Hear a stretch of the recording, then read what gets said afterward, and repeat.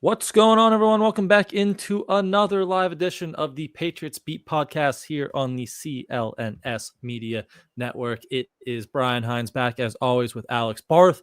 Hope everyone had a wonderful long holiday, Memorial Day weekend, but we are back. The Patriots were back in Gillette Stadium on Tuesday for week 2 of OTAs. We, unfortunately, were not down there. We will be down there tomorrow on Wednesday, so we'll preview that a little bit here, and then we'll kick it over to you guys. So any questions you guys have about the Patriots offseason, anything in general, you can start throwing those in the chat now, and we will get to those on the back half of today's show. But Barth, we will start with tomorrow, week 2 of OTAs. It's been over a week now since we have seen this team practice. So last Tuesday, exactly a week since we first got a glimpse of them in the first week of OTAs. So when we get out there on the field tomorrow morning, right around noon, Vrabel's at 11:45. Practice starts at noon. What are you looking for specifically now that we move into week 2 here again of OTAs? I mean, the bounce back from Drake May is the big one, right? And this is where covering OTAs is very weird to me, and I always try to be very careful. I just want to make sure. Coming through this mic, right? Yeah, I got you. All right. I always want to be very careful covering OTAs because it's not linear.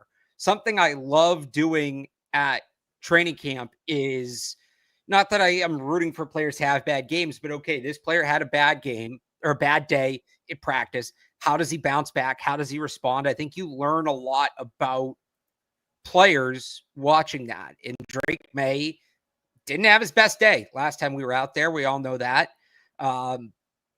How does he bounce back in front of the media, I guess, is something. And I know Mike Reese reported that the next practice after the one we saw, Drake May was very good and spot on and didn't have any turnovers. So there you go. But I guess it's how does Drake May bounce back? What do we see from him? That's part of it. And then just, again, continue to monitor the rookies, how it looks like they're coming along. As this is an install period, do they look like they're more involved? Do they look like they're doing more? Yep. Yeah, we've had Drake would have had 2 practices, the Thursday one you mentioned, and they practiced today on Tuesday. So we don't get to see the immediate bounce back, which, going back to your point, sounded good from what Mike Reese said. The offense was sharp, turnover free, so it sounded like he did have a nice bounce back. But first time we'll get to see him. Maybe he looks a little bit sharper there with 2 more practices under his belt than the rookies. Yeah, I'll also say Stephon Diggs there, right? He was there Thursday. The Patriots put out some photos from practice on Thursday, and he was in attendance after not being there when we were there on Tuesday. So I know he had looked like a nice Memorial Day weekend down there in Florida, Stephon Diggs. But is he back, and how does he look? What's his activity level if he's out there? And then, a lot of crowded wide receiver rooms. I already see some questions coming in about the receivers. We'll get to that. And then the left guard, right, is Cole Strange leading that group off again. Is Morgan Moses and Mike Onwenu, are they ramping up their participation levels? And if they are, then because there was a lot of flip-flopping, and a lot of that was because Morgan Moses and Mike Onwenu weren't full participants. So is Cole Strange left guard, or is he flipping to the right? Is Wes Schweitzer back in there? What does that left guard position look like? That's another big one. I think that I'll be watching there tomorrow. Yeah, this is something we know can evolve, and we saw it. I go back to last year at the first OTA we saw. It's a different coaching staff; they're going to run things differently. But Bailey Zappi was the second quarterback up behind Jacoby Brissett. By the time we got to the end of the spring, it was Drake May. So we know that things can develop as we go here, and things are developing behind the scenes, which we are not seeing. So what has happened I think they'll have had 3 practices in between the last one we saw in this one, 2 or 3 practices. 2. So what 2? So what Thursday maybe and Tuesday, yeah. So what can we maybe glean from those couple of practices as we look ahead and with this one, okay, who maybe actually made some moves, gained some ground, etc. Yep. And hopefully we get some more kicks. We got some actual kicks last hopefully week. Closer to us too, so we can see the yard line. Yeah, I know. Because last week they kicked opposite direction, away from us. If you've ever been to training camp, we're up on kind of the hill to the kind of perpendicular to the bleachers, and they were on the far field goal kicking there. So it was tough to kind of get a distance. But they did have some people under who would signal for us, which that was nice, but tough to get a read on the distance. But yeah, if we get some more kicks, that would be some good good stuff there for Borgalis and Parker Romo. Do you think they could get to a point where, it was 4-4 Borgalis, 2-4 Parker Romo when we were there? And again, we're not there every practice, but could there be a point where they call this during the spring if it keeps trending maybe that direction? You assume in Borgalis is because they just drafted them and they just take one into training camp, or I like the competition. I don't think that hurts at all having those two guys throughout camp, but could you see them potentially calling that kicker job earlier rather than letting that kind of linger throughout the summer and just letting Borgalis handle all those reps at some point? I think there's a couple variables there. One of them is, do they just simply want Borgalis to feel the pressure? Even if they know he's going to win the job, do they want to see how he operates with that pressure? And then how bad do you want that roster spot? What's the better use of 90 players a lot? What's the better use of that roster spot? Maybe they feel like they need another quarterback, although based on the way they operated when we saw them last week, I don't know if that's the case. Maybe they feel like they need more running back depth in camp. Maybe they feel they need another lineman. Like, I don't know. It's probably just a camp body. You're probably not bringing in somebody who's going to make a push for the roster. But I think can you think of a better use for that roster spot, I guess, than seeing Borgalis work with that pressure on him? Yep. Yeah, because there were times last year there were like two running backs out there in position groups. So, if you need that extra body on somewhere else, maybe you can spread that out. But probably doesn't. Again, I'm in the camp of kind of keeping that competition and hopefully letting Borgalis kick in the actual games. Remember that weird thing they did with Chad Ryland his rookie year where Nick Folk was kicking the field goals in the actual preseason games? Ryland got like one extra point in the preseason. That was weird. So let Borgalis, get the majority of the work, handle the kicks actually in games, but still kind of feel that little bit of pressure with him still working behind or with Parker Romo there. I don't think that hurts at all, unless again you absolutely desperately need that roster spot there. So right, hopefully more field goals. But anything else there for practice tomorrow? I think that's pretty much it. I think that's it. All right, so we will rotate over to the chat now. Any questions you guys have, keep throwing all of those in. We'll get to as many as possible over the next 30 minutes or so here. And we'll start, of course, with that wide receiver room most likely to be cut. Kayshon Boutte or Javon Baker. Do you have a leader between one of those two who could be on their way out as of now? Between those two, Javon Baker. They both play the X. Boutte is proven to be more reliable, more experienced. He's more production, and he's more consistent. So I'm keeping Kayshon Boutte between those two. And that might be what it comes down to. That really might ultimately be the conversation that it comes down to. But I'm keeping Kayshon Boutte there. Yeah, I'm probably with you for now. I wouldn't rule out, maybe Javon has a little push at that X spot, and Boutte might have some more trade value out of anyone because of the production he had last year. So maybe that swings things. But based off what we've seen so far, I'd probably lean Boutte stays and Baker goes there. But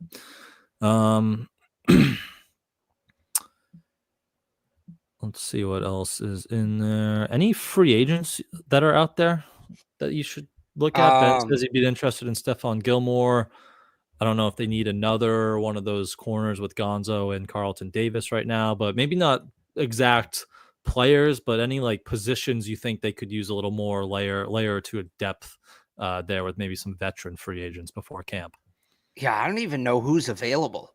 Like, if you can get, I know I got asked last week about like Asante Samuel Jr. sticking in the cornerback group. I mean, as much as I like Steph Gilmore, a slot corner makes a lot more sense than Gilmore, who's going to play on the boundary.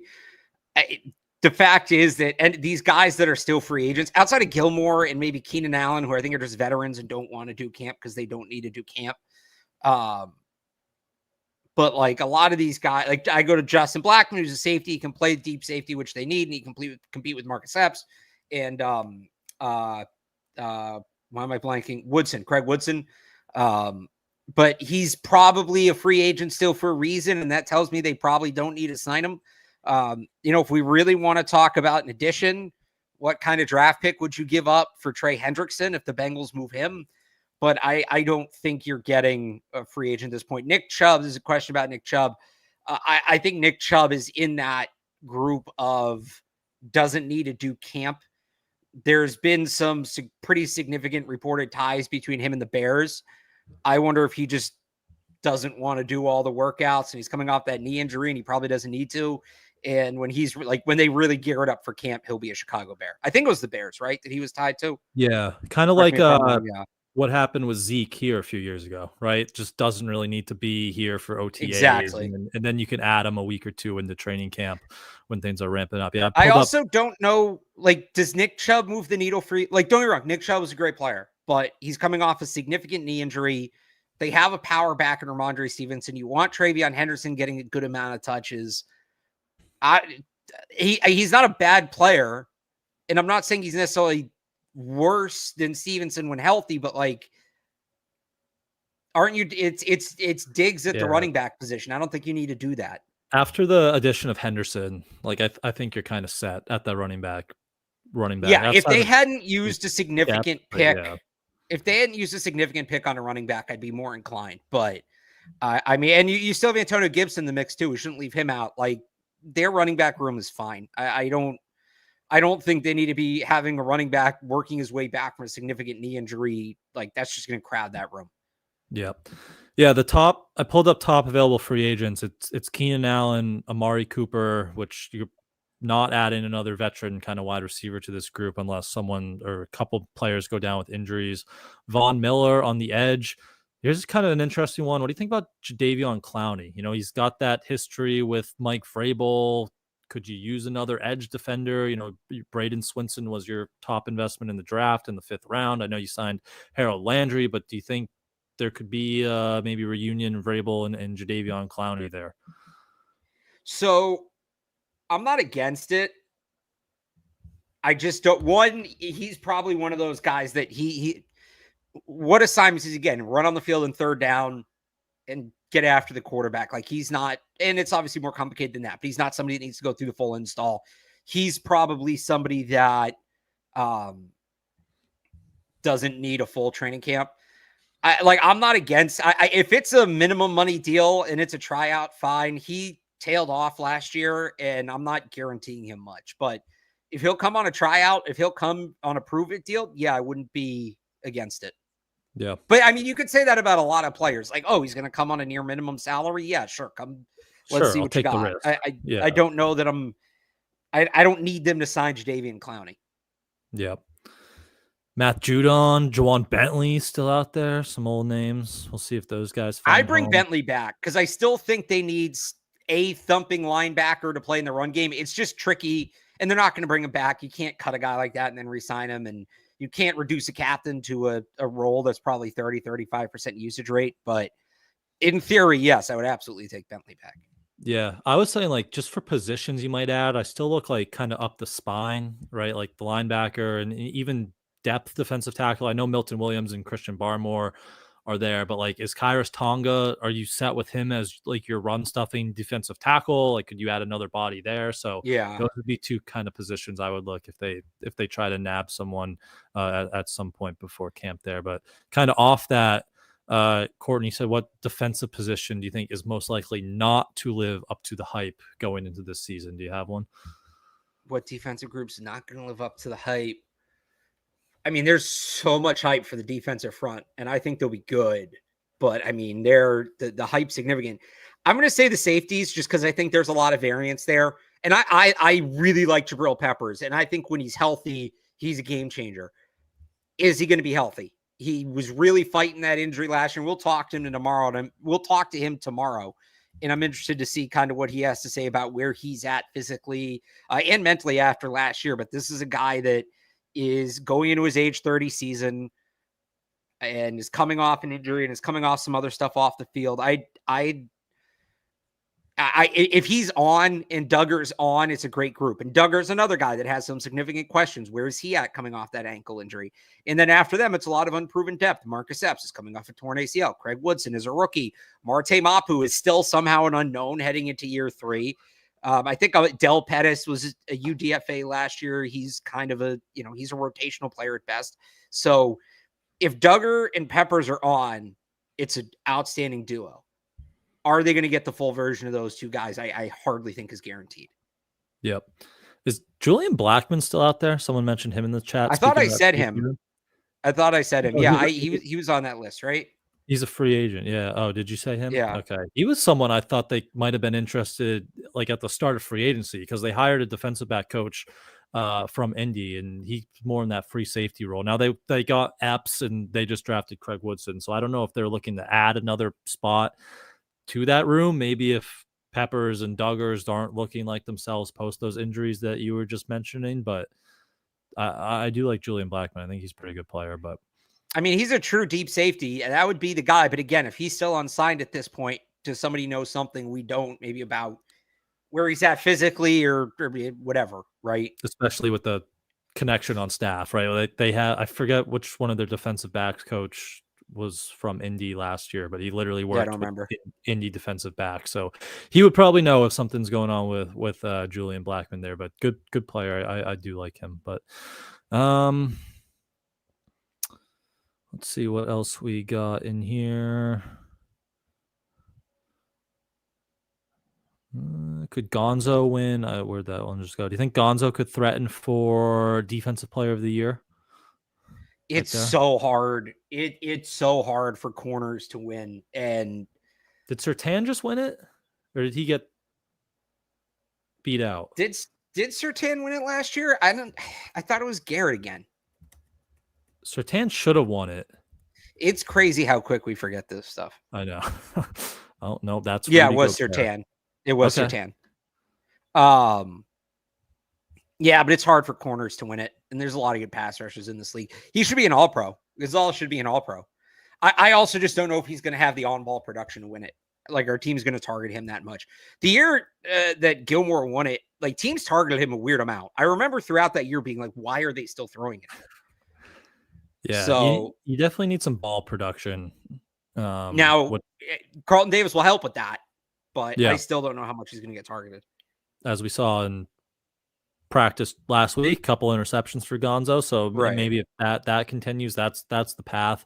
Surtain had 4 interceptions last year, so he got some more. That was up from 1 the year before, so you saw that ball production increase for him. So yeah, that's the path for those corners to get it, but it is tough, especially with all the talent on the defensive line this year. So, or every year, honestly.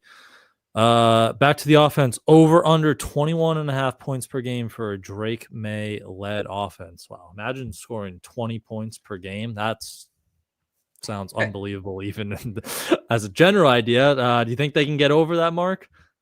I certainly hope so. What were with the Mac Jones year? Hang on. They were like 6th in the league in scoring, weren't they? Yeah. Even the Patricia year, they were 21-4. They were 27-2. The Mac Jones rookie year. Maybe it's like 21.2, 21.3, but somewhere around 3 touchdowns a game, I think would be a good number for them. Yeah, I think they can get there. Yeah. I just saw a good one. Where'd it go? Will McDaniels go ahead, pull yours up. No, you can go. You got this one. Will McDaniels' offense benefit Polk and Baker? It could benefit Polk because it just benefits slot receivers, and he is one. I don't know that it helps Baker. The reporting was last year is having trouble picking up the playbook. This playbook is going to be more complicated. I don't think it helps Javon Baker. Yeah. I mean, I think Polk even got that Jacoby Myers comparison going into the draft last year, right? So you could see how that could help him. Baker, I don't know. Especially, Hunter Henry said last week that there wasn't much of a difference, even though McDaniel said he kind of refined the language a little bit, so maybe that could make things easier. But on the field, Hunter Henry said there's not much of a difference from the 2021 offense. So, yeah, it's tough to see just that part of things not benefiting Baker to get him on the field in the first place there. So, right. What would you call a successful season for Andres Borregales? That we're not really talking about him much. It just that he's hitting the kicks he needs to hit. Like, honestly, kicker, it's kind of like, and it's not entirely true. He could hit some big kicks, certainly down the stretch, but like out of sight, out of mind. He's going to miss a couple here and there, but I guess that's kind of what would you call a successful season for Andres Borregales? One where he doesn't suck, I guess is what I'm saying. But like, I don't need him to go bombs away and be hitting all these 50-yarders and be the best kicker in the league. Just hit the gimmies. Just hit the gimmies. That's all I care about. If he can do that, it's a good start. Would you take over 80%? Sly, I just looked. Sly last year was 78.8, so he was right under 80%. Would you take like a 80% 82 to number? 80, I mean, 82 to there's 84%? yeah, I mean, there's some context there, right? If it's Yeah. 82 to 84%, but he's not really attempting anything from beyond 50, that's a bad season. If it's 82 to 84% and half his kicks are from 50 plus, that's a great season. So, yeah, around 80% is probably a good number. But again, just hit the layups, hit the gimmies. That don't miss an extra point. That's kind of what I'm looking at. Yes, 100% from extra points, please. That marks a good offense. Or good season, I should say there. UDFAs, Lan Larson or Efton Chisholm, who makes a bigger impact? Lan Larson. I think he's going to have more opportunities. Yeah, I'm you with know, you. not Just because of the bodies in the wide receiver room. Like I like Efton Chisholm a lot, but there's just more room to climb there than Lan Larson has to. And running backs get hurt more. And I also think Lan Larson's going to play more on special teams. Yeah. And he has the skill set to make an impact there. Yep. Do you think Travion Henderson will be the lead back by the end of the year? So I guess would you qualify lead just by most snaps in the backfield, maybe not the most carries. So lead back.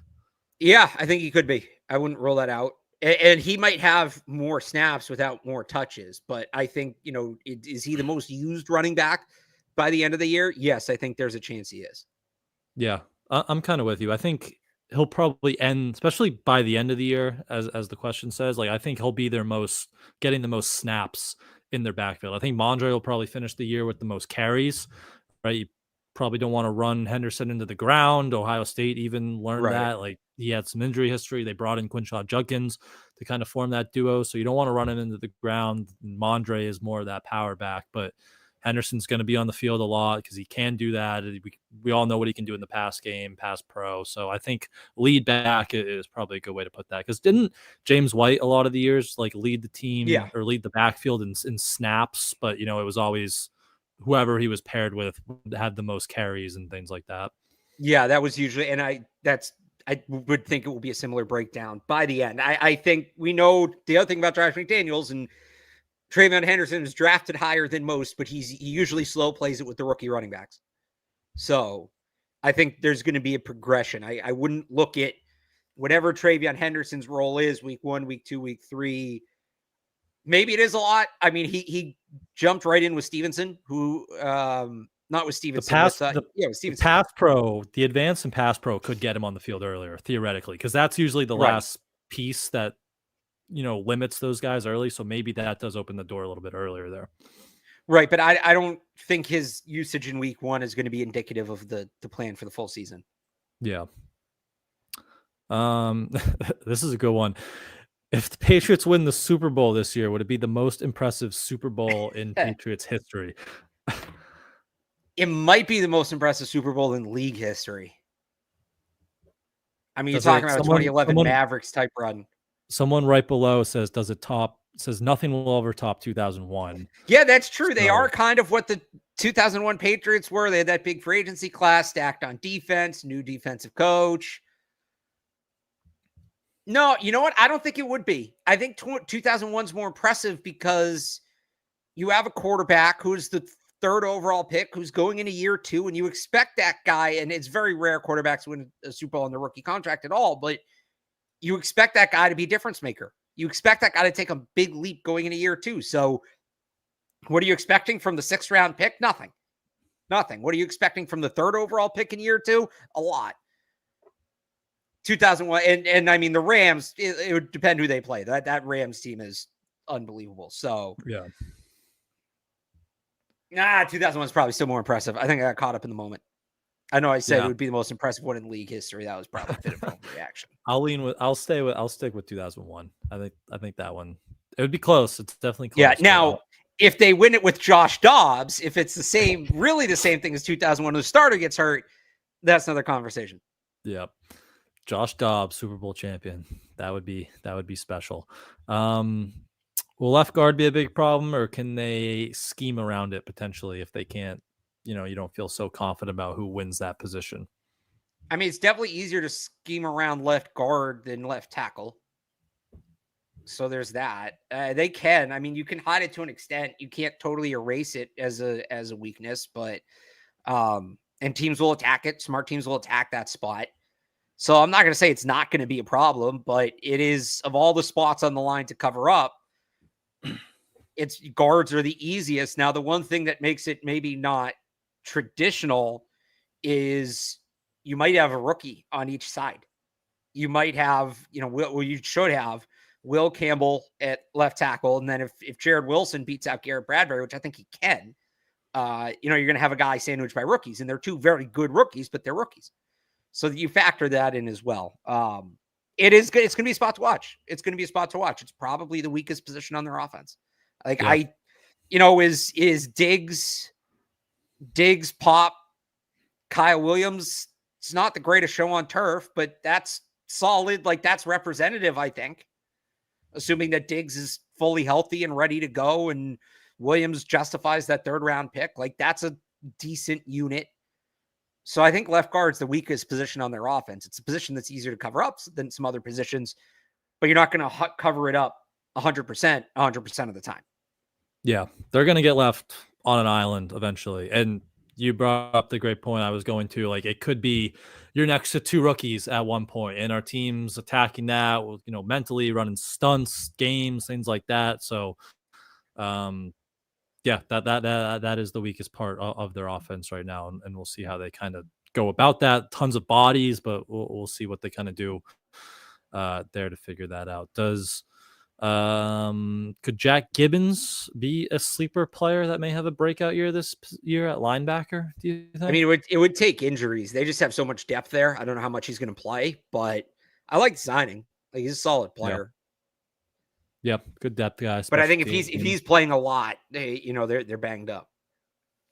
It'd be like a Christian Ellis situation almost from last year. Christian Ellis was kind of their surprise breakout player last year, but that said more about the rest of the defense than did Christian Ellis. He was. Someone then goes, will center be a problem? It shouldn't be with Jared Wilson and Garrett Bradbury. You'd like to think one of those guys can handle that, especially down the line with Jared Wilson. So I'd still lean left guard, going to be more of a problem. Here you go. What are your expectations for Kyle Williams? I just need him to be a yak monster. That's the big thing. That's what this offense has been missing for so long. Just a guy that can take the ball after the catch and create on his own.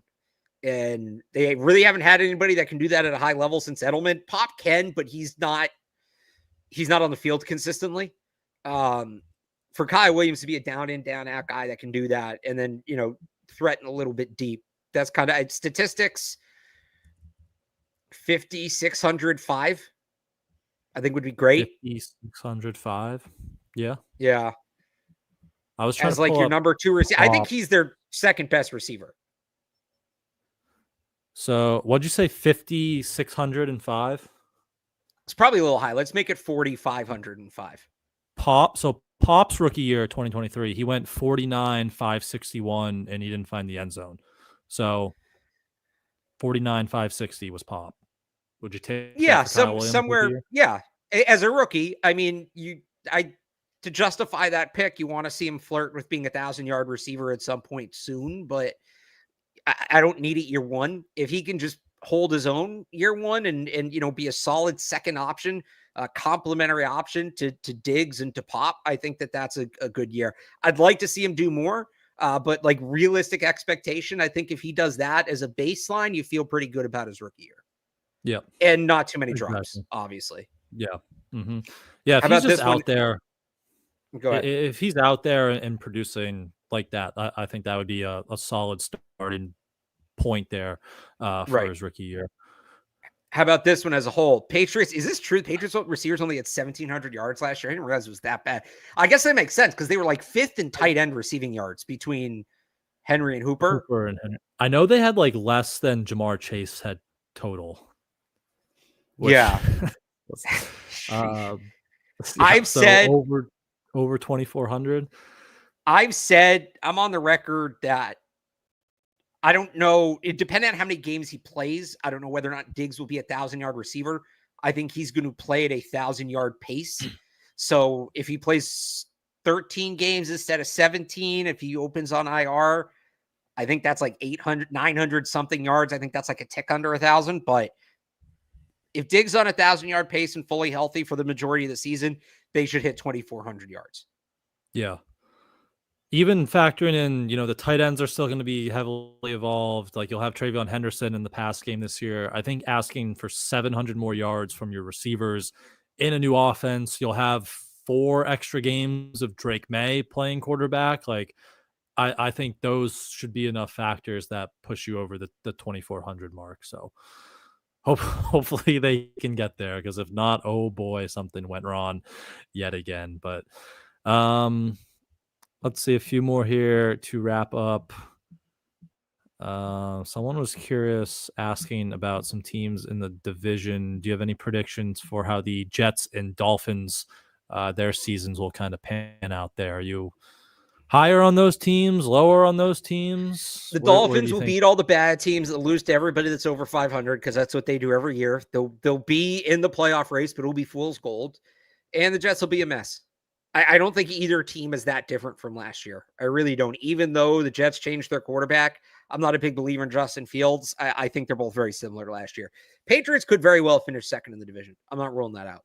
And I think Mike Reese had in his Sunday notes that he wrote something else over the weekend just about the state of the Patriots, that the Patriots could, like, there was an AFC East evaluator, scout, something. Scout, or something. Yeah, that said the Patriots are probably the Bills' biggest competition in the AFC East. Yeah, I could see it, because I'm with you with the Dolphins. I think they kind of took a step back. In the Jets, I like Aaron Glenn, but I'm not on the Justin Fields hype train at all. So I'm kind of down on both those teams coming into the offseason. So I think it's Bills and then Patriots there in the AFC. So yeah, we'll see if that holds. But one more for you, Barth, because I got to get your opinion on it here. What the hell is going on with the Boston Red Sox, and is our summer ruined? Is it just get us to football season at this point with the Red Sox? Yeah, so I actually wrote a Red Sox column on 98.5thesportshub.com today. You can check that out, because I can talk about more than Patriots. And the one thing I keep going back to when I watch the Red Sox, and don't get me wrong, they have a lot of problems. They have a lot of X's and O's problems. But, like, watching them all weekend, and I watched probably as closely as I have in a while this weekend, and they lack urgency. They lack urgency at all levels. They lack urgency in the front office. Marcelo Mayer's only up because Alex Bregman got hurt. Roman Anthony should be up too. They lack urgency. The manager, Alex Cora, lacks urgency. The way he's worked the lineup around Bregman being hurt is what I do when I'm bored playing the show. Just one in, one out. All right, he got hurt. I'm going to throw somebody else in that spot. Abreu should not be hitting third. Narvaez should not be hitting third. They should be moving. They should be bumping Devers down. They should be putting a righty second. They should get more creative with it. And even the play-to-play in-game, the players lack urgency. You look at the game yesterday when Garrett Crochet gives you an absolute gem. Second and third inning, the Red Sox had multiple runners on with one out. Couldn't get the ball out of the infield. Seventh and eighth innings, they ground into inning-ending double plays in still a close game. This should have been a welcome weekend for the Red Sox. The Celtics are eliminated on Memorial Day for the first time in 4 years. You've got a terrible Orioles team in town. Marcelo Mayer comes up. You start the weekend off with that 13-run eighth inning. Like, there's juice. The kids here, weak team. All right, like, we've been 500, but this is going to be the launching pad, right? Into the summer, the Red Sox justify a lot of that talk from the offseason. And what do? The bats go dead quiet. They burn a start from a guy who's been excellent for them in Crochet on Monday. And they're continuing to tread water. They are the most aggressively in-your-face 500 team I've ever seen. They are literally in your face with how 500 they are. They'll probably win their next two because they got to get back to 29 and 29. But the thing I look at with them actually is, hold on. Just if they lose their next two, they are exactly 500 since the 2018 World Series. So. So maybe they'll lose those two. They'll, again, any way they go, they can be. Or, so either they win the next two, they get back to 500 on the year. they lose the next two and they're 500 since the 2018 World Series, or they go 1-1 and they're 500 because that's what they are in their DNA. They're a 500 team. I talked about this a lot with the Patriots in 2023 when people wanted them to tank, and people even saying, yeah, suck this year, suck next year, draft a quarterback, bench him, be bad for 2 years. You cannot let losing become habitual as a franchise in any sport. You cannot do it. Once you let that thing in the door, it is very hard to get out. And the Red Sox have had a culture of losing for years now because everything has been predicated on Campbell, Mayer, and Anthony. And those guys came up in a culture of losing, and they came up in an organization that has not prioritized player development, moving these guys all over the diamond, moving these guys all over the lineup. It's a mess, and it's not good for player development. Looks a lot like what the Patriots did with their offensive line last year, frankly. So there's no urgency. There's no drive. Bregman was supposed to be that guy, and I think Bregman is somebody who values winning. I think it's a lot more than one guy to turn the tide of where this organization is heading. It's a total lack of urgency. It's a total lack of urgency from this organization, and it's sad to see. And it starts up top. It starts with Craig Breslin and Alex Cora. The players are not exempt as well. It's just sad because they had a good offseason. They did what they needed to do this offseason, and it's not entirely within their control. There were a couple injuries, but it just feels like they got hit with a couple injuries and threw their hands up and said, well, I guess we'll wait again till next year. We'll keep Roman Anthony in the minors, and we'll see you in 2026. That's what amazes me. I don't know how Roman Anthony isn't up here yet. Like, you can't score runs. Your bats are quiet. Money. It took long enough because they don't want him to go off and waste the year of service. Or what is it? Like, if he finishes top 3 in Rookie of the Year, he wastes a year of service or something like that. So that's what they're holding out for. They don't want to waste that year of service. So it took long enough to get Meyer up here. It literally took Bredman tearing his quad apart or whatever to finally do that. So it's crazy. And just on the lack of urgency, like, they're starting a guy tonight who's been out for over a month, and he only got 1 rehab start in. I think he threw like 38 pitches, and they had to rush him up here tonight because they don't have anyone else to start the game. Like, right. Where are your pitchers? Like, it's an absolute joke. So not looking good. And Roman Anthony just hit a 115-mile-an-hour home run down there in Worcester today. So they're on the road, but fitting. So hopefully he gets up and they can get the bats going, but doesn't look good there for our summer baseball desires. But we will wrap it up there today. Thanks, everyone, for the questions and sending all those in. We will be back later this week, probably Thursday, to break down Wednesday's OTA practice. So make sure you are on the lookout for that. We also ask, if you are listening to the show, to please subscribe to the podcast, like, and leave a review. And for those watching the show on CLNS, go ahead and hit that like button and subscribe to the Patriots Press Pass YouTube channel, where you can find all the new Pats beats and tons of other great Patriots content and shows. Make sure to also turn on your notifications so you guys know the instant a new video drops or we go live. Again, looking like Thursday for that OTA recap on there as well. So please do that. You can also follow Barth on Twitter at RealAlexBarth. Head over to 985thesportshub.com for his Patriots or Red Sox written work on there as well. And you can follow me on Twitter at I am Brian Hines, and head over to patspulpit.com for our Patriots coverage online there as well. Thanks again for the questions and for everyone tuning in tonight. And we will see you guys later this week.